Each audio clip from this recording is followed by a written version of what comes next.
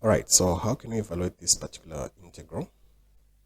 So to start with, we know that when we're integrating, we're simply adding 1 to the power of x, and whatever we have should also go in the denominator. So here, we're going to have 3x. To that power 2, we add 1, and the new power should go in the denominator as well. Minus 4x power 1, so we add 1 to that, and the new power goes in the denominator, like that, plus 1. Now remember, 1 is the same as x power 0. So to that, we add 1 divided by the same thing, with limits from 0 to 2. So clearly, this 3 and this 3 can cancel out.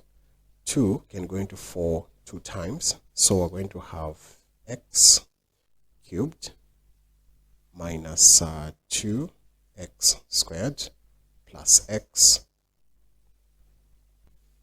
with limits from 0 to 2.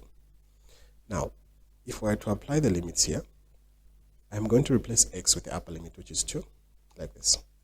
So 2 raised to the power 3 minus 2 times 2 raised to the power 2 plus 2. I've replaced x with the upper limit, which is 2. Then the whole thing should be subtracted. Then now, let me replace x with the lower limit, which is 0. So it will be 0 cubed minus 2 times 0 squared plus 0.